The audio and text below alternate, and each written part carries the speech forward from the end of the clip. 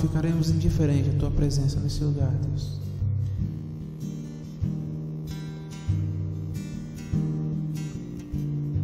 Porque Tu és a nossa luz, Senhor, e ela ofusca todo o demais. Nada pode resistir ao Seu brilho, Senhor. Nada pode resplandecer mais do que a Sua glória. Nada pode chamar mais a nossa atenção. Estamos pondo os nossos corações diante do Teu trono, Senhor Jesus. Nada mais importa em Tua presença, me manifesto conforme a fé. Não ficarei indiferente, pois estás neste lugar. Nada mais importa em Sua presença, me manifesto conforme a fé. Não ficarei indiferente, pois está neste lugar.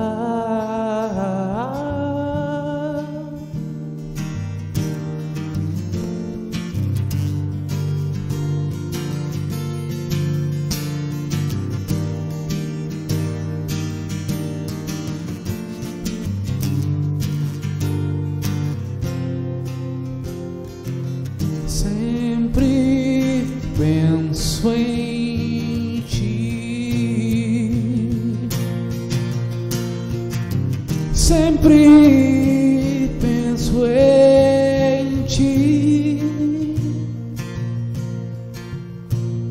sempre penso em Ti.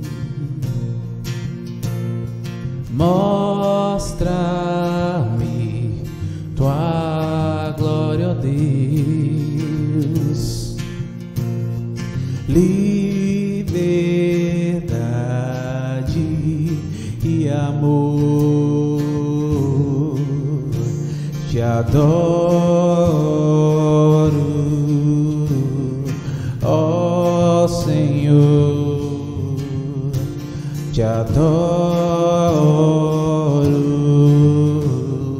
ó Senhor.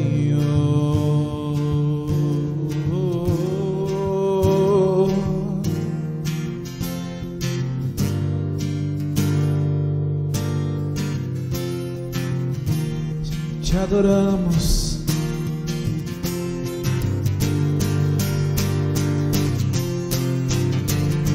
Nada mais importa em Sua presença, me manifesto conforme a fé.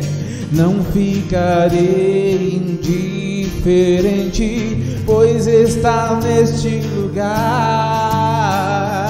Nada mais importa em Sua presença, me manifesto conforme a fé. Não ficarei indiferente, pois estás neste lugar.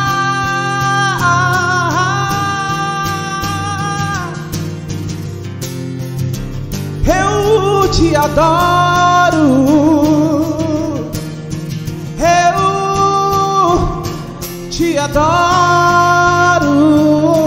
Declare: nada mais importa em Sua presença, me manifesto conforme a fé. Não ficarei indiferente, pois estás neste lugar. Nada mais importa em Sua presença, me manifesto conforme a fé. Não ficarei indiferente, pois estás neste lugar.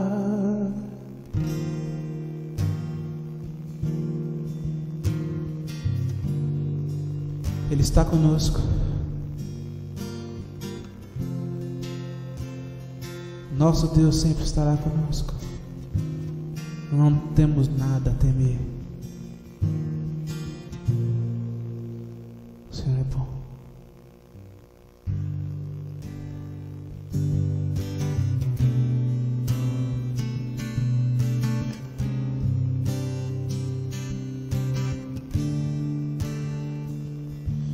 melodia, ele me encontrou, me cercou com a canção que me libertou dos meus inimigos, dos meus medos, me salvou.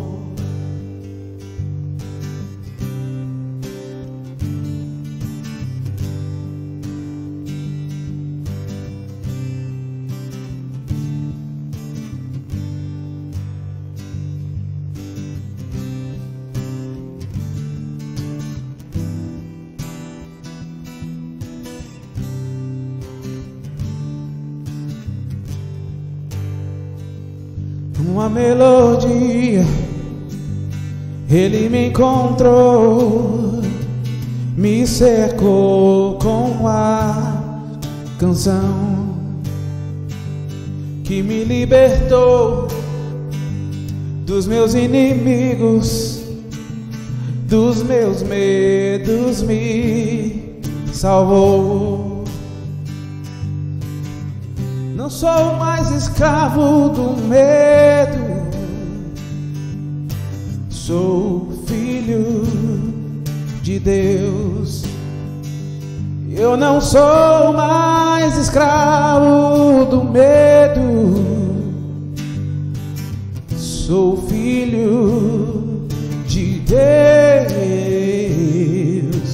Oh, filho de Deus.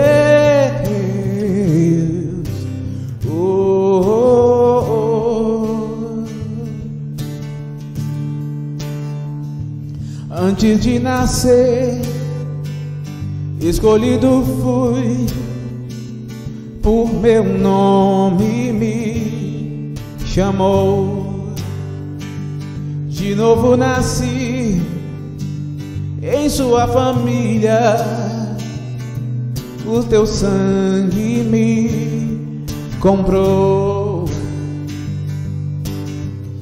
Sou escravo do medo, sou filho de Deus. Eu não sou mais escravo do medo, sou filho de Deus. Abre o mar para eu passar por ele. Perfeito amor que me salvou, me resgatou e agora eu posso cantar. Eu sou filho de Deus. Abre o mar para eu passar por ele. Perfeito amor que me alcançou. Agora livre eu posso cantar. Eu sou filho de Deus. Sou filho de Deus. Filho de Deus.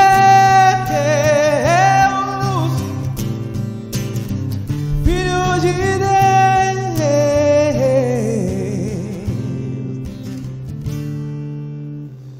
Abre o mar para eu passar por ele. Perfeito amor que me alcançou.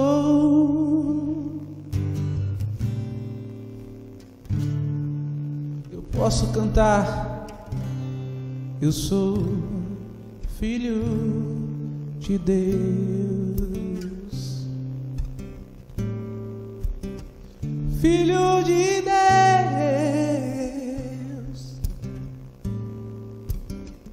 Filho de Deus.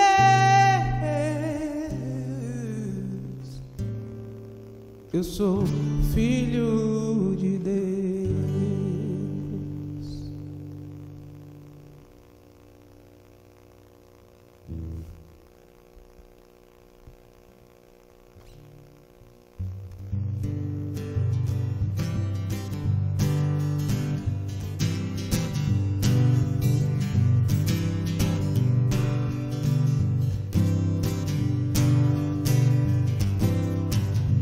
somos os seus filhos, debaixo da tua santa proteção, e coração cheio de gratidão. O Senhor é bom pra mim, o Senhor é bom pra mim. Desde o dia em que eu encontrei, sempre a salvo eu estarei, porque o Senhor é bom pra mim. O Senhor é bom pra mim, o Senhor é bom pra mim. Desde o dia que eu encontrei, sempre a salvo eu estarei, porque o Senhor é bom pra mim. O meu motivo pra viver é a gratidão, pois aquilo que Ele fez eu não poderia. Vou contando cada gota do seu perdão pra me dar a salvação. O meu motivo pra viver é a gratidão, pois aquilo que Ele fez eu não poderia. Vou contando cada gota do seu perdão pra me dar a salvação. Aleluia, aleluia, aleluia, aleluia, aleluia, aleluia, aleluia, aleluia, aleluia. O meu motivo pra viver é a gratidão, pois aquilo que Ele fez eu não poderia. Vou contando cada gota do seu perdão pra me dar a salvação, pra me dar a salvação, pra me dar a salvação.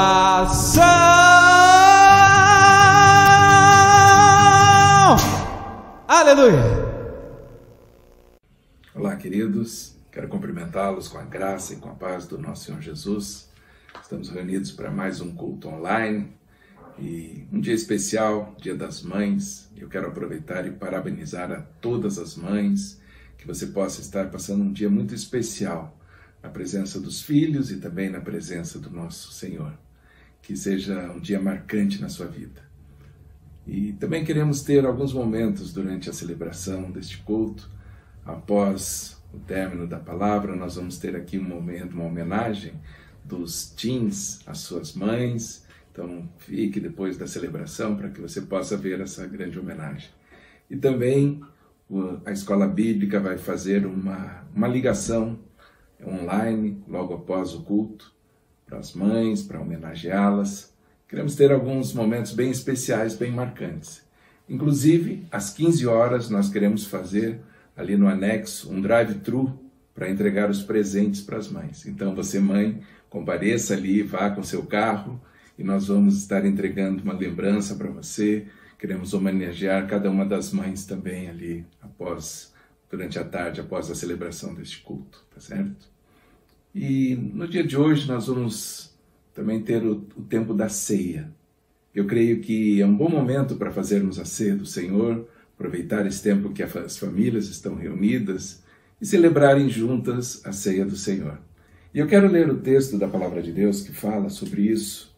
Está no livro de 1 Coríntios e diz assim: Pois eu recebi do Senhor o que eu também entreguei a vocês, que o Senhor Jesus, na noite em que foi traído, tomou o pão, tendo dado graças, partiu e disse: Isto é meu corpo, que é dado em favor de vocês. Façam isso em memória de mim. Da mesma forma, depois da ceia, ele tomou o cálice e disse: Esse cálice é a nova aliança no meu sangue.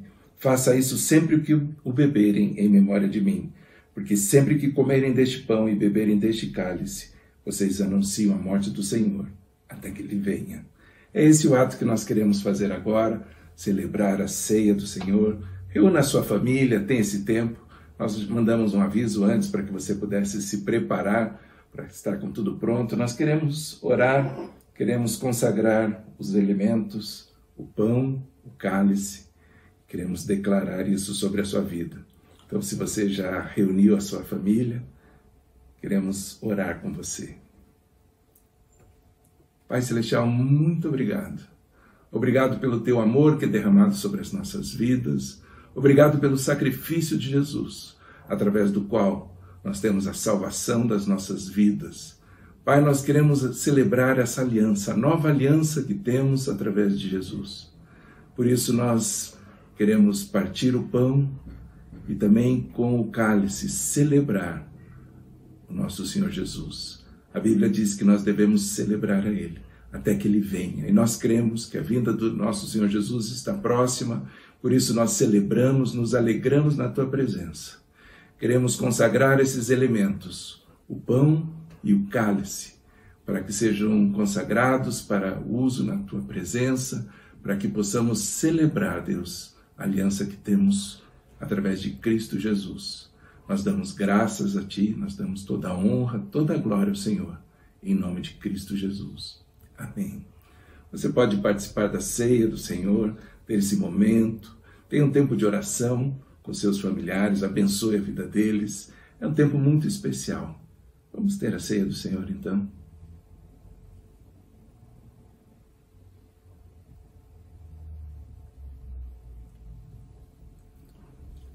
Glória a Deus, glória a Deus.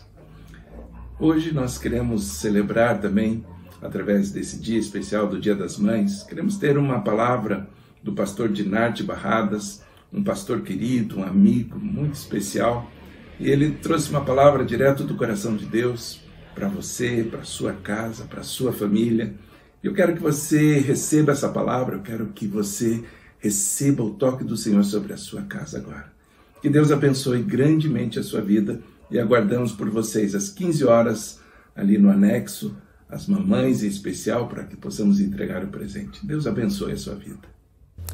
Quero fazer aqui o meu agradecimento ao pastor Gabriel, sua esposa, seus filhos, pela amizade, pelo carinho que Deus semeou entre nós, e eu sei que isso é recíproco.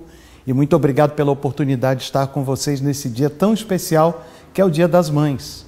Estou aqui em Pompeia, na Universidade da Família, obedecendo todas as orientações que temos recebido das autoridades para preservar a nossa saúde e também das pessoas que nos cercam.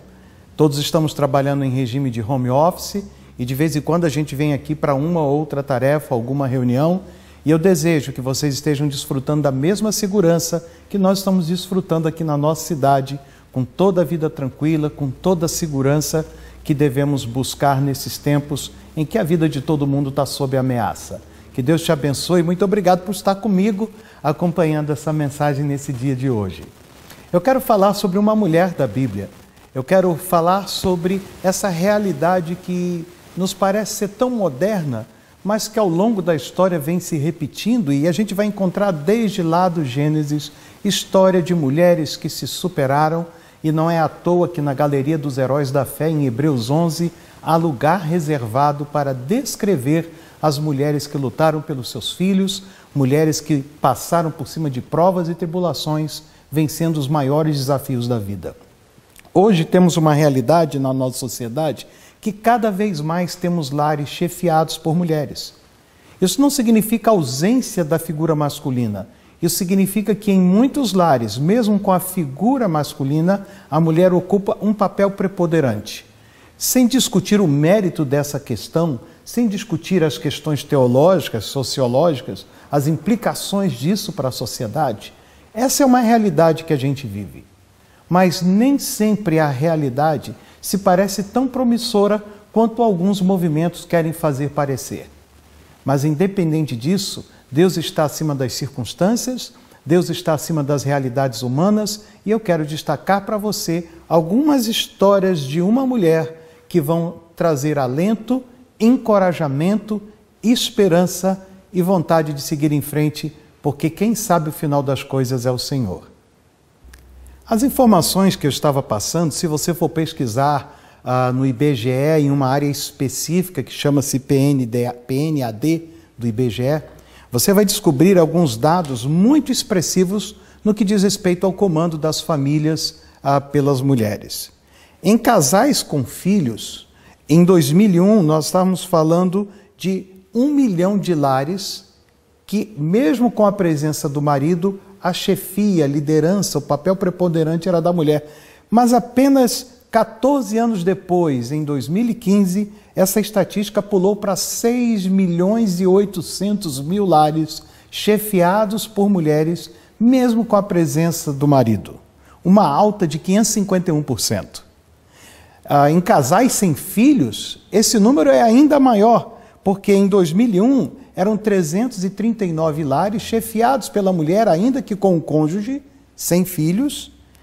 Porém, em 2015, saltou para 3 milhões e 100 mil lares, um acréscimo de 822%. Então, o número de lares chefiados por mulheres dobrou em uma década e meia.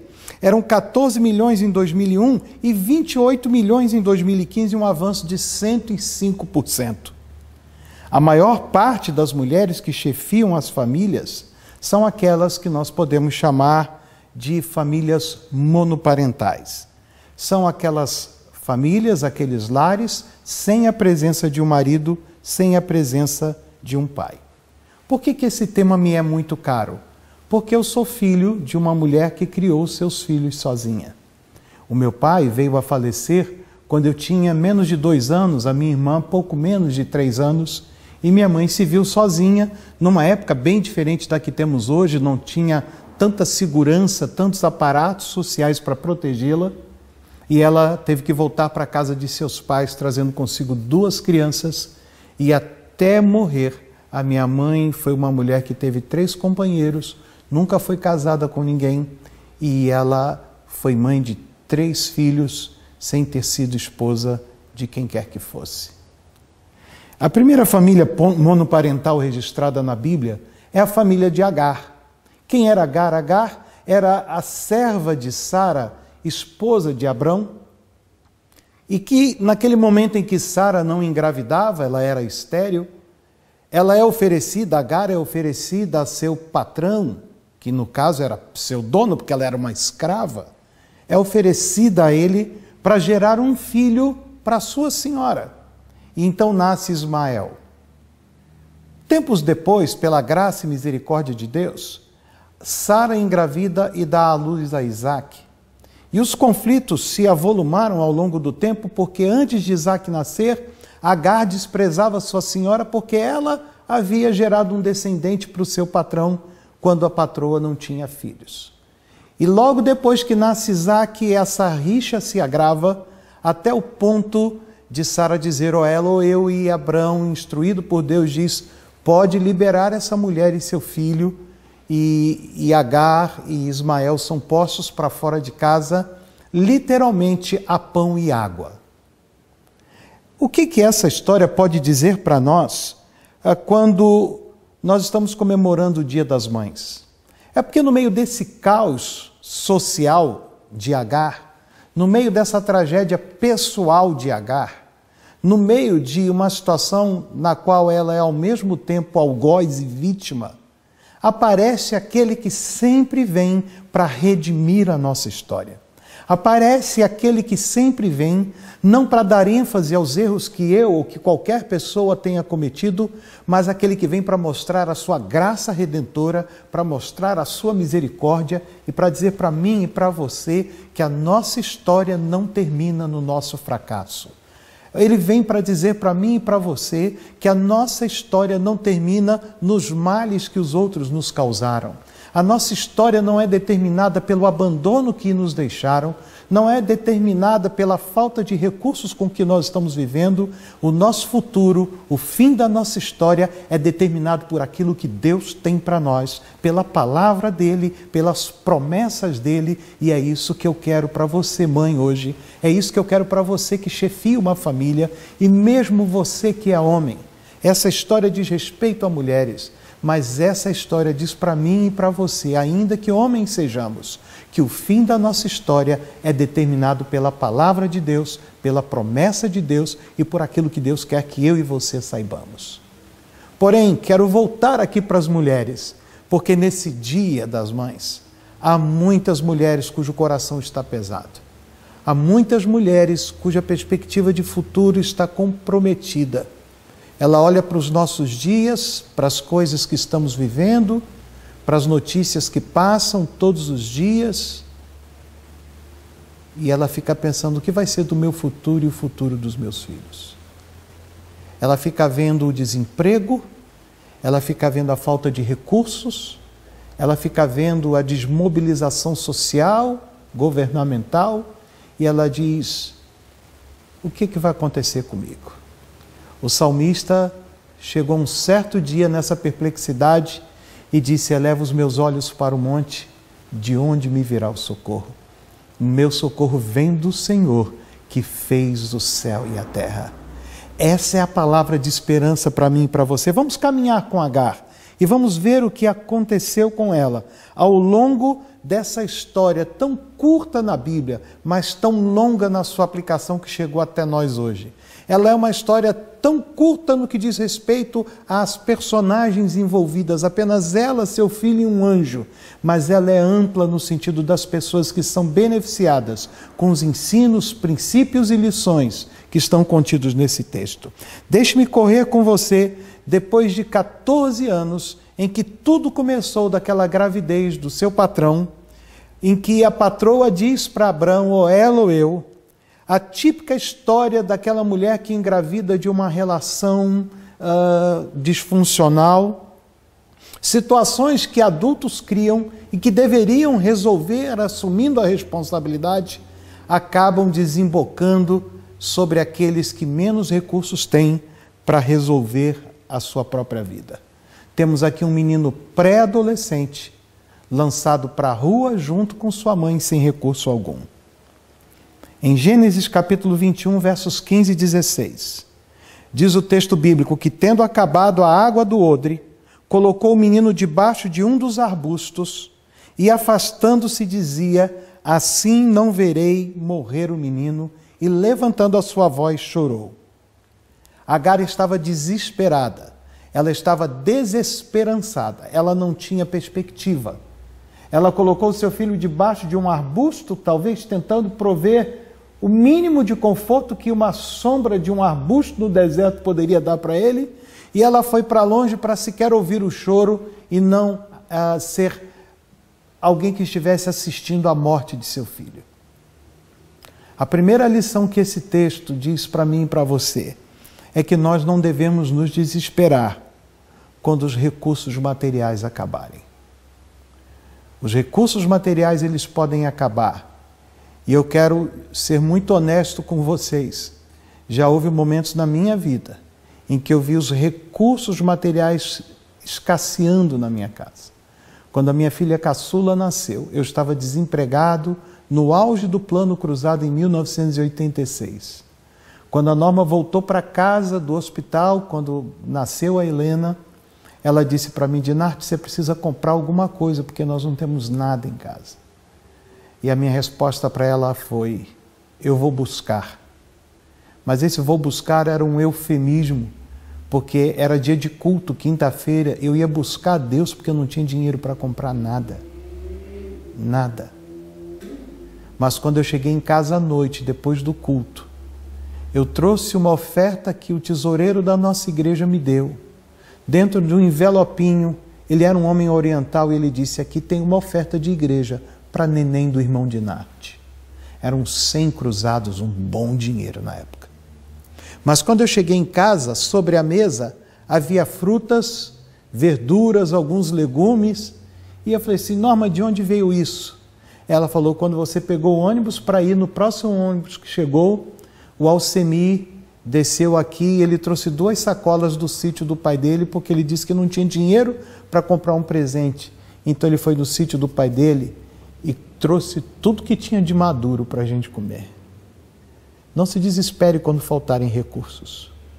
Os olhos de Deus estão atentos à sua despensa. Deus sabe o saldo da sua conta bancária. Deus sabe do que você precisa. Não se desespere. A segunda lição que esse texto traz para nós é que em Gênesis 21:17, a Bíblia diz assim: Deus, porém, ouviu a voz do menino. Uma mãe chorava de desespero, um menino chorava de abandono. E Deus ouviu o choro de ambos. Mas é incrível o fato da palavra de Deus registrar que Deus ouviu o choro do menino. O choro de uma criança desamparada sobe aos céus como uma oração de uma alma que precisa de socorro. Roberto Carlos, há muitos anos atrás, escreveu uma música narrando o seu sofrimento de infância. Ele dizia assim nessa letra: meu pai tentou encher de fantasias e enfeitar as coisas que eu via no meu pequeno corpo que sofria sem nada entender. Se esse homem, nessa letra, é capaz de comunicar tal sentimento para nós, Deus muito mais está sensível ao sofrimento de uma criança, ao choro de um abandonado, de um órfão, de alguém que, mesmo não tendo todo o discernimento, vê que as coisas dentro de casa não andam bem. Deus está atento às necessidades dos seus filhos. A terceira coisa que eu quero destacar nesse texto é que no Salmo 34, verso 7, diz assim que o anjo do Senhor acampa-se em derredor daqueles que o temem e os livra. E em Gênesis 21:17, o mesmo anjo que havia aparecido a Agar tempos antes, quando ela fugiu de Sara, aparece novamente para ela e chama, o texto diz assim: o anjo de Deus chamou do céu Agar e lhe disse: o que tens? Essa frase, o que tens, ela é meio repetida na Bíblia. Lembram da viúva de 2 Reis, capítulo 4? O profeta chega para ela e diz: o que é que você tem? Quando a multidão está ali para comer e eles não têm nada, Jesus perguntou: o que é que vocês têm? E eles dizem assim: só tem aqui 5 pães e 2 peixinhos que um menino trouxe. Todas as vezes que Deus quer fazer um milagre, Deus quer saber se temos consciência daquilo que temos na nossa mão. Deus quer saber, como mordomos que somos, se temos consciência daquilo que Ele nos deu e daquilo que está em nossa posse. Se a gente sabe se temos muito ou pouco, se o que temos é suficiente ou insuficiente. O profeta vira para o seu servo e diz: veja se já tem nuvem de chuva. Ele diz: só vejo uma nuvem do tamanho do punho de um homem. É tudo que tem no céu. Deus não precisa de muita coisa para fazer milagre, mas Deus precisa que você tenha consciência da situação em que você se encontra e daquilo que Ele já deu na sua mão. Outra coisa que a história de Agar ensina para mim e para você é que no verso 18 diz assim: o anjo falou com ela: ergue-te, levanta o rapaz e segura-o pela mão. Ei, irmã, ei, irmão, essa é a palavra. Não é tempo de prostração, não é tempo para aceitar derrota, não é tempo para a gente ficar num canto lamuriando, é tempo para a gente se levantar, é tempo para a gente pegar a nossa família, os nossos filhos pelas mãos, nos erguermos, porque o livramento, a vitória, a provisão de Deus está perto de mim e de você, e a gente precisa estar de pé para recebermos aquilo que Deus tem em promessa para mim e para você. Ergue-te, Agar, toma o teu filho pela mão, segura o teu filho. Olha, a gente vai avançando nesse texto e a gente vai descobrir coisas lindas. O verso seguinte diz assim: Deus abriu-lhe os olhos e ela viu um poço de água. E indo até ele, encheu o odre e deu de beber ao rapaz. Às vezes o nosso desespero, a nossa angústia, a nossa tristeza nos impedem de ver que a resposta de Deus está do nosso lado. A resposta de Deus está bem perto de nós.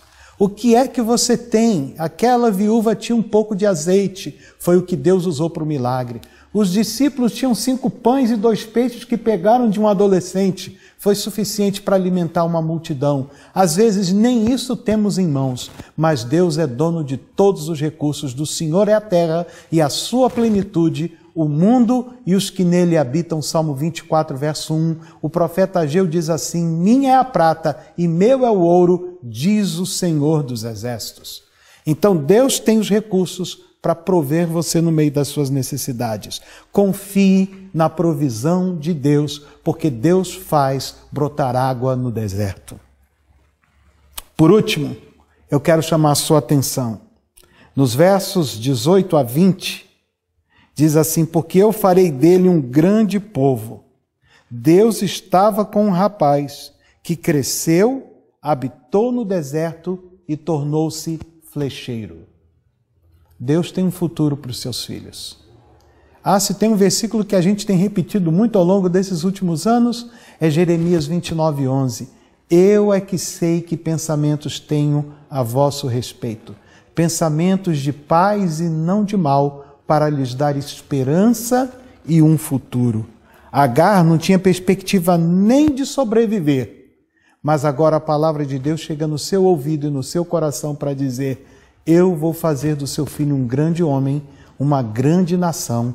E Deus deu a ele habilidade, e ele cresceu na improbabilidade do deserto, e dali formou uma grande nação.